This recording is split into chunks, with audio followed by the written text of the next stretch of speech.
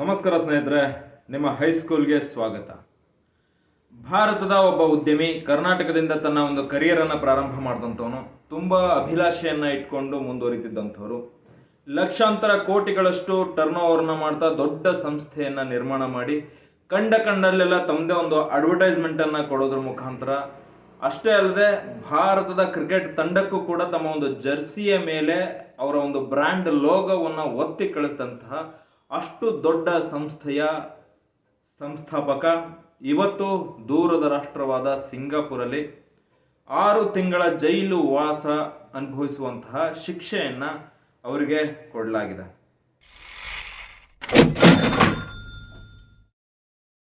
ಕರ್ನಾಟಕದಲ್ಲಿ ಭಾರತದಲ್ಲಿ ಶೈಕ್ಷಣಿಕ ಕ್ರಾಂತಿಯನ್ನು ಮಾಡೋದ್ರ ಮುಖಾಂತರ ಎಲ್ಲ ಪೇರೆಂಟ್ಸ್ಗಳು ತಮ್ಮ ಒಂದು ಬ್ರ್ಯಾಂಡನ್ನು ಇಷ್ಟಪಡೋದ್ರ ಜೊತೆಗೆ ತಮ್ಮ ಮಕ್ಕಳನ್ನು ಆ ಬ್ರ್ಯಾಂಡ್ನಲ್ಲಿ ಎನ್ರೋಲ್ ಮಾಡೋದಕ್ಕೆ ಕಾಯ್ತಾ ಇರ್ತಿದ್ರು.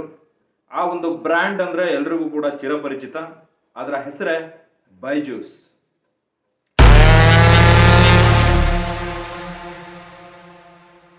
ಈ ಒಂದು ಕಥೆ ಪ್ರಾರಂಭ ಆಗುತ್ತೆ ಕೇರಳದ ಒಂದು ಪುಟ್ಟ ಹಳ್ಳಿಯಿಂದ.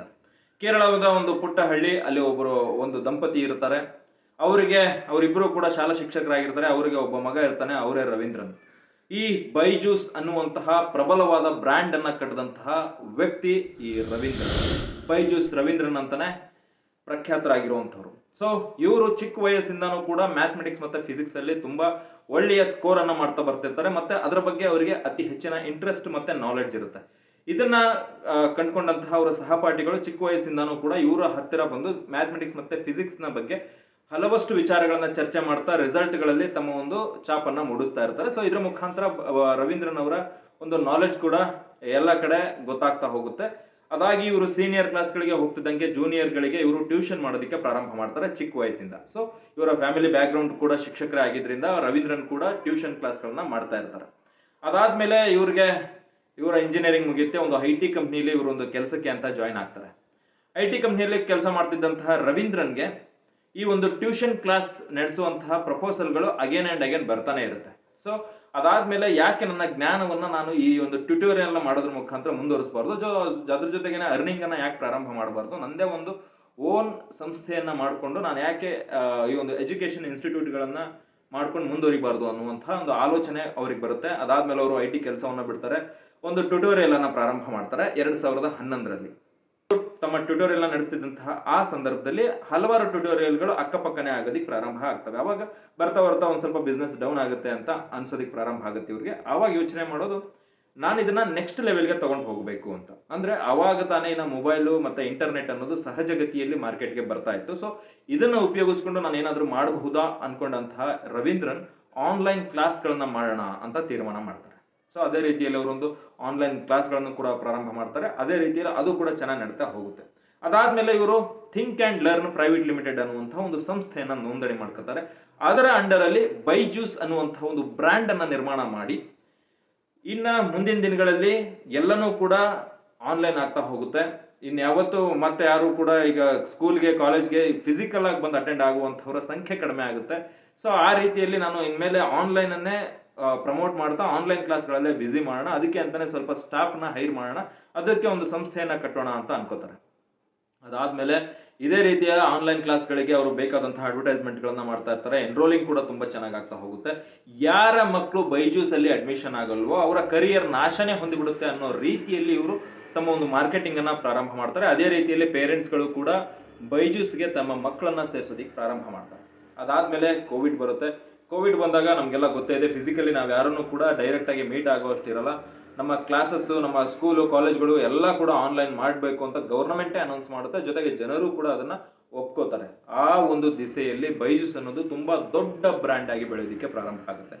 ಆಗ ಇದ್ದಂತಹ ಈ ಒಂದು ಬೈಜೂಸ್ ಅನ್ನುವಂತಹ ಆನ್ಲೈನ್ ಪ್ಲಾಟ್ಫಾರ್ಮ್ಗೆ ಯಾರು ಕೂಡ ಕಾಂಪೀಟ್ ಮಾಡೋದಕ್ಕೆ ಯಾರು ಇರೋದಿಲ್ಲ. ಈ ಟೈಮಲ್ಲಿ ಅವರು ತಮ್ಮ ಒಂದು ಕರ್ನಾಟಕ ರಾಜ್ಯದಿಂದ ಭಾರತಕ್ಕೆ ವಿಸ್ತರಿಸಲ್ಪಡ್ತಾರೆ. ಭಾರತದಿಂದ ಅಂತಾರಾಷ್ಟ್ರೀಯ ಮಟ್ಟಕ್ಕೆ ತಮ್ಮ ಒಂದು ಬ್ರ್ಯಾಂಡ್ ಅನ್ನ ವಿಸ್ತರಿಸೋದಕ್ಕೆ ಪ್ರಾರಂಭ ಮಾಡ್ತಾರೆ. ಈ ನಿಟ್ಟಿನಲ್ಲಿ ಅವರು ತೆಗೆದುಕೊಳ್ಳುವಂತಹ ಹೆಜ್ಜೆಗಳಿದಾವಲ್ಲ, ಇವತ್ತು ಅವರ ಒಂದು ಜೈಲು ವಾಸಕ್ಕೆ ಮತ್ತೆ ಇವತ್ತು ಆ ಕಂಪನಿಯ ವ್ಯಾಲ್ಯೂ ಝೀರೋ ಆಗೋದಕ್ಕೆ ಇದೇ ಪ್ರಮುಖ ಕಾರಣ. ಪ್ರಪಂಚದಾದ್ಯಂತ ಹಲವಾರು ಈ ತರದ ಆನ್ಲೈನ್ ಕೋಚಿಂಗ್ ಸೆಂಟರ್ಗಳು ಆಲ್ರೆಡಿ ಇದ್ವು. ಭಾರತದಲ್ಲಿ, ಅದರಲ್ಲೂ ಕರ್ನಾಟಕದಲ್ಲಿ ಇವ್ರು ಮಾಡಿದಂತಹ ಪ್ರಯತ್ನ ಹೊಸದು.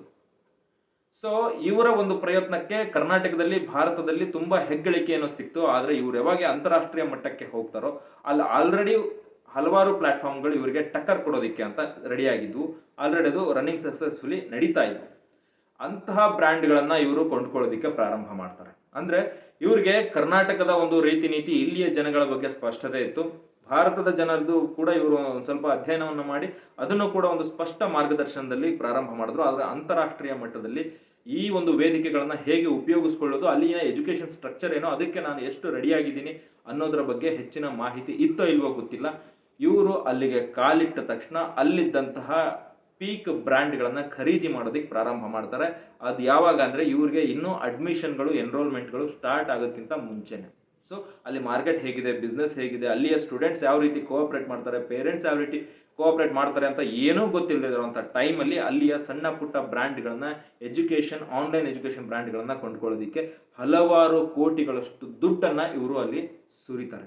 ಇವರೇನು ಕರ್ನಾಟಕದಲ್ಲಿ, ಭಾರತದಾದ್ಯಂತ ಇವರ ಒಂದು ಬ್ರ್ಯಾಂಡ್ ಅನ್ನ ನಿರ್ಮಾಣ ಮಾಡಿ ಅಲ್ಲಿಯ ಒಂದು ಹೆಗ್ಗಳಿಕೆಯ ಪಾತ್ರವಾಗಿ ಹಲವಾರು ಕೋಟಿಗಳಷ್ಟು ದುಡ್ಡನ್ನ ಏನು ಮಾಡಿರ್ತಾರಲ್ಲ, ಅದೆಲ್ಲದನ್ನು ಕೂಡ ಅಂತಾರಾಷ್ಟ್ರೀಯ ಮಾರುಕಟ್ಟೆಗೆ ಹೋಗಿ ಸುರಿತಾರೆ.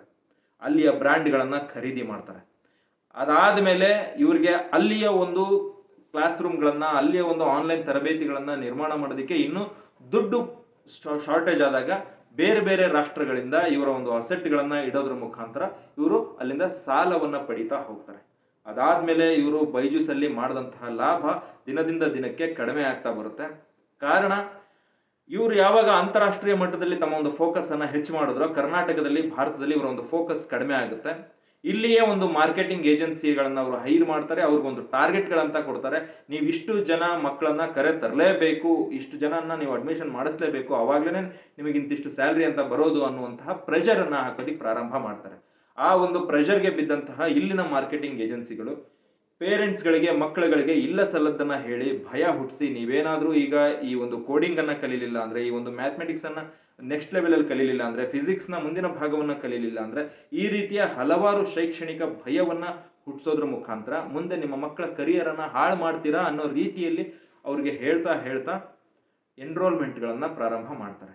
ಇದು ಸುಮಾರು ದಿನ ನಡೆಯೋದಿಲ್ಲ. ಯಾವಾಗ ಪೇರೆಂಟ್ಸ್ಗಳಿಗೆ ಒಂದು ರಿಯಲೈಸ್ ಆಗೋದಕ್ಕೆ ಪ್ರಾರಂಭ ಆಗುತ್ತೆ, ಇವರು ಶಿಕ್ಷಣಕ್ಕಿಂತ ಹೆಚ್ಚಾಗಿ ತಮ್ಮ ಒಂದು ಮಾರ್ಕೆಟಿಂಗ್ ಅನ್ನ ಹೆಚ್ಚು ಮಾಡ್ತಾ ಇದ್ದಾರೆ. ಇವರು ಆನ್ಲೈನ್ ಕೌನ್ಸಿಲಿಂಗ್ ಕ್ಲಾಸಸ್ ಅಂತ ಕೂಡ ಮಾಡ್ತಾರೆ. ಅಂದ್ರೆ ನಿಮ್ಮ ಒಬ್ಬ ಮಗು ಇತ್ತು ಅಂದ್ರೆ ಆ ಮಗುವನ್ನ ಫಸ್ಟ್ ಕೌನ್ಸಿಲಿಂಗ್ ನ ಮಾಡಿ ಅವರಿಗೆ ಯಾವ್ಯಾವ ಶಿಕ್ಷಣವನ್ನ ಕೊಡಬೇಕು, ಅವರಿಗೆ ಯಾವ ಸಬ್ಜೆಕ್ಟ್ ಅನ್ನ ಕೊಡಬೇಕು ಅನ್ನೋದನ್ನ ಈ ಒಂದು ಬೈಜೂಸ್ ಪ್ಲಾಟ್ಫಾರ್ಮ್ ನ ಸ್ಟಾಫೇ ನಿರ್ಧಾರ ಮಾಡ್ತಾ ಇದ್ರು. ಸೊ ಇವ್ರಿಗೆ ಯಾವ್ದು ಲಾಭ ಅತಿ ಹೆಚ್ಚಾಗಿ ಸಿಗ್ತಾ ಇತ್ತು, ಅಲ್ಲಿಂದ ಫ್ರಮ್ ದ ಸ್ಕ್ರಾಚ್ ಇವರು ಪ್ರಾರಂಭ ಮಾಡೋದಕ್ಕೆ ಆ ಮಗುವನ್ನ ಒಳಪಡಿಸ್ಕೊತಿದ್ರು. ಅದಕ್ಕೆ ಲಕ್ಷಾಂತರ ರೂಪಾಯಿ ದುಡ್ಡನ್ನ ಕೂಡ ಪೇರೆಂಟ್ಸ್ ಇಂದ ತೀಗ್ತಾ ಇದ್ರು.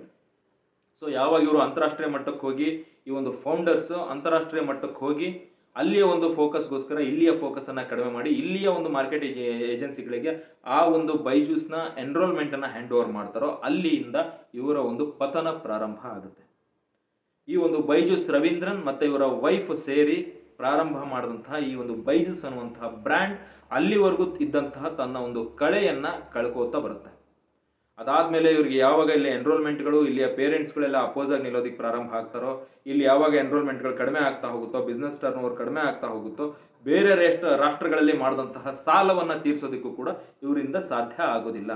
ಅದಾದ್ಮೇಲೆ ಇವರು ಏನು ಅಸೆಟ್ಗಳನ್ನ ಪ್ಲೆಡ್ಜ್ ಮಾಡಿ ಸಾಲವನ್ನ ತಗೊಂಡಿರ್ತಾರೋ ಆ ಎಲ್ಲ ಅಸೆಟ್ಸ್ಗಳನ್ನ ಡಿಸ್ಕ್ಲೋಸ್ ಮಾಡೋದ್ರಲ್ಲಿ ಇವರು ಫೇಲ್ ಆಗ್ತಾರೆ. ಅಂದ್ರೆ ಯಾವುದೋ ಒಂದು ಅಸೆಟ್ ಇದೆ ಅಂತ ಹೇಳ್ತಾರೆ, ಬಟ್ ಅದು ರೀತಿ ನೀತಿಯಲ್ಲಿ ಇವರ ಹೆಸರಿಗೆ ಆ ಅಸೆಟ್ ಇರೋದಿಲ್ಲ. ಆಮೇಲೆ ಇವರು ಫೇಕ್ ಡಾಕ್ಯುಮೆಂಟ್ಸ್ಗಳನ್ನು ಕೂಡ ಕೊಟ್ಟು ಸಾಲ ಪಡೆದಿದ್ದಾರೆ ಅಂತ ಇವತ್ತು ಗೊತ್ತಾಗ್ತಾ ಇರುವಂತದ್ದು. ಸೊ ಅದೇ ರೀತಿಯಲ್ಲಿ ಒಂದು ಕೇಸು ಸಿಂಗಾಪುರಲ್ಲಿ ಲಾಡ್ಜ್ ಆಗುತ್ತೆ. ಸಿಂಗಾಪುರಲ್ಲಿ ಕೋರ್ಟ್ ಇವ್ರನ್ನ ಕರೆದಾಗೆಲ್ಲ ಇವರು ಬರೋದಿಲ್ಲ. ಸೊ ಹಾಗಾಗಿ ಕಂಟೆಂಪ್ಟ್ ಆಫ್ ಕೋರ್ಟ್ ಅಂದ್ರೆ ನ್ಯಾಯಾಂಗ ನಿಂದನೆ ಪ್ರಕರಣದಲ್ಲಿ ಅವರಿಗೆ 6 ತಿಂಗಳ ಕಾಲದ ಶಿಕ್ಷೆಗೆ ಗುರಿಪಡಿಸಿದ್ದಾರೆ. ಸೊ ಇದಾದ್ರೂ ಕೂಡ ಇದೇನು ಮುಗಿಯಲ್ಲ. ಬೇರೆ ಬೇರೆ ರಾಷ್ಟ್ರಗಳಲ್ಲೂ ಕೂಡ ಇವ್ರ ಮೇಲೆ ಹಲವಾರು ಕಂಪ್ಲೇಂಟ್ಗಳು ಲಾಡ್ಜ್ ಆಗಿದ್ದಾವೆ. ಇವರ ಒಂದು ಫೈನಾನ್ಷಿಯಲ್ ಫ್ರಾಡ್ ಅನ್ನೋದು ಇವತ್ತು ಯಾವ ಲೆವೆಲ್ಗೆ ಹೋಗಿದೆ ಅಂದ್ರೆ, ಸಾವಿರಾರು ಕೋಟಿಗಳಷ್ಟು ಹೂಡಿಕೆ ಇದ್ದಂತಹ ಕಂಪ್ನಿ ಇವತ್ತು ಕಂಪ್ಲೀಟ್ಲಿ ಝೀರೋ. ಯಾವುದೇ ಹೂಡಿಕೆದಾರರು ಕೂಡ ಇವರ ಕಂಪನಿಗೆ ಬರ್ತಾ ಇಲ್ಲ, ಹೂಡಿಕೆ ಮಾಡ್ತಾ ಇಲ್ಲ. ಇದ್ದಂತಹ ತಮ್ಮ ದುಡ್ಡನ್ನೇ ವಾಪಸ್ ಎತ್ಕೊಂಡು ಲಾಭನೋ ನಷ್ಟನೋ ನಮ್ಮಷ್ಟಕ್ಕೆ ನಾವು ಇದ್ಬಿಡೋಣ ಅಂತ ಎಲ್ಲ ಹೂಡಿಕೆದಾರರು ಈ ಒಂದು ತಮ್ಮ ಹಣವನ್ನ ವಾಪಸ್ ತೆಗಿತಾ ಇದ್ದಾರೆ. ಸೊ ಹಾಗಾಗಿ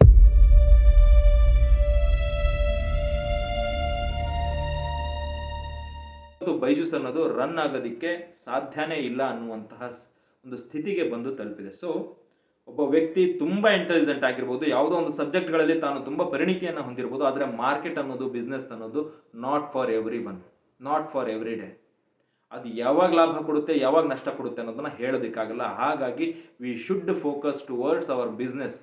ಈಗೇನು ರನ್ನಿಂಗ್ ಒಂದು ಬಿಸ್ನೆಸ್ ನಡೀತಾ ಇದೆಯೋ, ನಾವು ಅದನ್ನು ಕಂಪ್ಲೀಟ್ಲಿ ನಮ್ಮ ಒಂದು ಸಮಯವನ್ನು, ನಮ್ಮ ಒಂದು ಶ್ರದ್ಧೆಯನ್ನು ಕೊಟ್ಟು ಅದನ್ನು ಬೆಳೆಸ್ಕೊಂಡು ಹೋಗೋದೇ ಇವತ್ತೊಂದು ದೊಡ್ಡ ಸಾಧನೆ ಆಗಿರೋ ಈ ಟೈಮಲ್ಲಿ ನಾವು ಎಲ್ಲೋ ಅಂತಾರಾಷ್ಟ್ರೀಯ ಮಟ್ಟದಲ್ಲಿ ದೊಡ್ಡದಾಗಿನೋ ಮಾಡಿಬಿಡ್ತೀವಿ ಅನ್ನೋ ಒಂದು ಕನಸನ್ನು ಹೊತ್ತು ಮೂಢ ಭ್ರಮೆಯಲ್ಲಿ ಇದ್ದಂತಹ ಆ ವ್ಯಕ್ತಿ, ಅಲ್ಲಿಯವರೆಗೂ ಸಕ್ಸಸ್ಸನ್ನು ಸ್ಟೆಪ್ ಬೈ ಸ್ಟೆಪ್ ನೋಡಿದಂತಹ ಆ ವ್ಯಕ್ತಿ ಫೇಲ್ ಆಗಿ ಇವತ್ತೊಂದು ದೊಡ್ಡ ಡಿಸಾಸ್ಟರ್ಗೆ ಕಾರಣ ಆಗಿದ್ದಾರೆ. ತಮ್ಮ ಜೀವನವನ್ನು ಕೂಡ ಹಾಳು ಮಾಡಿಕೊಂಡ್ರು, ತಮ್ಮ ಒಂದು ಬ್ರ್ಯಾಂಡನ್ನು ಕೂಡ ಹಾಳು ಮಾಡಿಕೊಂಡ್ರು, ತಮಗಿದ್ದಂಥ ಫಾಲೋವರ್ ಬೇಸ್ ಅದನ್ನು ಕೂಡ ಕಂಪ್ಲೀಟ್ಲಿ ಝೀರೋ ಮಾಡ್ಕೊಂಡಿದ್ದಾರೆ. ಸೊ ಒಂದು ಫೇಲ್ಯೂರ್ ಅವರನ್ನು ಇವತ್ತು ಪಾತಾಳಕ್ಕೆ ಕರ್ಕೊಂಡು ಹೋಗಿದೆ. ಸೊ ಇಲ್ಲಿವರೆಗೂ ಫೇಲ್ಯೂರೇ ನೋಡದೇ ಇರುವಂತಹ ವ್ಯಕ್ತಿ ಇವತ್ತು ಫೇಲ್ಯೂರ್ನ ಕಡೆಯ ಭಾಗದಲ್ಲಿದ್ದಾರೆ. So be aware of doing business.